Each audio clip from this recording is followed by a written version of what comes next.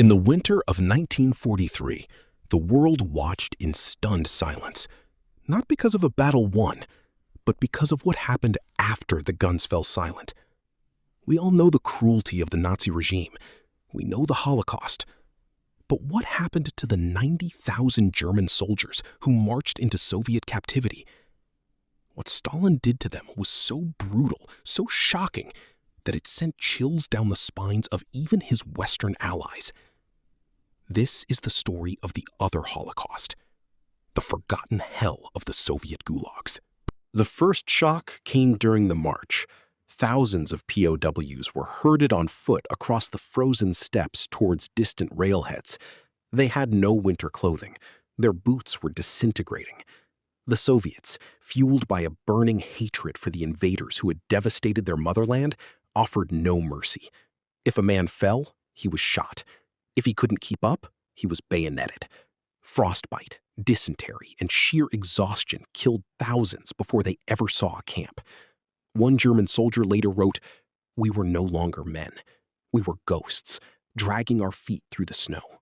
The survivors were crammed into unheated cattle cars, teplushki, and transported thousands of miles east, not to Germany, but to the Urals, to Siberia, to the frozen wastelands of the Soviet interior. This was the Gulag, a sprawling network of forced labor camps designed not to rehabilitate, but to exploit. Stalin viewed these prisoners not as soldiers, but as tools to be worked to death in the service of rebuilding a shattered Soviet Union. The destination? A place where the temperature drops to minus 40 degrees. Let's look at a specific place, Camp Yagodnoye, in the far reaches of Siberia.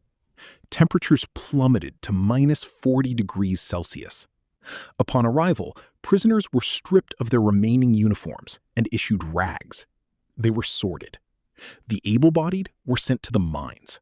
The weak, they were left to rot in barracks that were nothing more than unheated wooden huts where the snow drifted in through the cracks. At this point, a soldier's rank didn't matter. A general starved just as quickly as a private. But the true weapon of mass destruction was food. The daily ration for a German POW was a bowl of watery soup and 300 grams of black bread, if they behaved.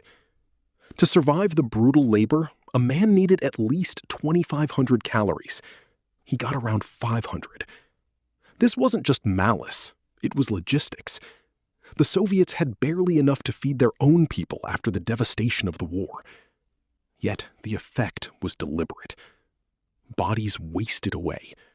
Men became skeletons covered in skin. Their organs began to shut down. Death didn't knock. It lingered. Disease was the silent executioner. Typhus, diphtheria, and tuberculosis swept through the overcrowded barracks like wildfire. Lice infested the rags. Men slept stacked on top of each other, body heat their only defense against the freezing night, but a perfect breeding ground for sickness. Medical facilities were non-existent. A German doctor in captivity noted, "We were fighting a war against bacteria with nothing but our bare hands." This wasn't negligence. This was, as historians now argue, a systemic policy of extermination through labor. Vernichtung durch Arbeit. Disease was the silent executioner. Typhus, diphtheria, and tuberculosis swept through the overcrowded barracks like wildfire. Lice infested the rags. Men slept stacked on top of each other, body heat their only defense against the freezing night, but a perfect breeding ground for sickness. Medical facilities were non-existent. A German doctor in captivity noted, "We were fighting a war against bacteria with nothing but our bare hands." This wasn't negligence. This was, as historians now argue, a systemic policy of extermination through labor. Vernichtung durch Arbeit.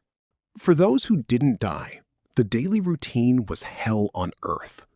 In the coal mines of Vorkuta and the uranium mines of the Urals, men worked 14-hour shifts. They dug coal with primitive picks and shovels. They hauled heavy loads with broken spines. Many simply collapsed in the tunnels and were buried there. Stalin's regime needed to industrialize, and the bodies of Hitler's soldiers, they paid the ultimate price to lay the foundation for the Soviet superpower. They were digging their own graves while mining for gold. By the winter of 1944, the death rate peaked. In some camps, 10% of the prisoners were dying every month. Mass graves were dug by the prisoners themselves, prisoners who knew they would likely be in the next ditch. The Allies received reports of this. Churchill and Roosevelt were shocked, but the war against Hitler was still raging, and Stalin was a necessary ally. The atrocities against German POWs were conveniently overlooked. The world turned a blind eye. The silence from London and Washington was deafening. When the war ended in May 1945, the survivors thought they were going home. They were wrong. The thousands who had managed to cling to life were forced to stay for years. The last German POWs were not released until 1956. 11 years of captivity. Over 1.1 million German soldiers died in Soviet captivity. For the thousands who were deemed traitors, they were sent back to Siberia. The final betrayal was their return home. When they did arrive back in Germany, they were treated as pariahs. Their own families struggled to recognize the hollow-eyed ghosts standing at their door. It is crucial to understand that this was not the Holocaust. The Holocaust was an industrialized, systematic genocide aimed at the total annihilation of the Jewish people.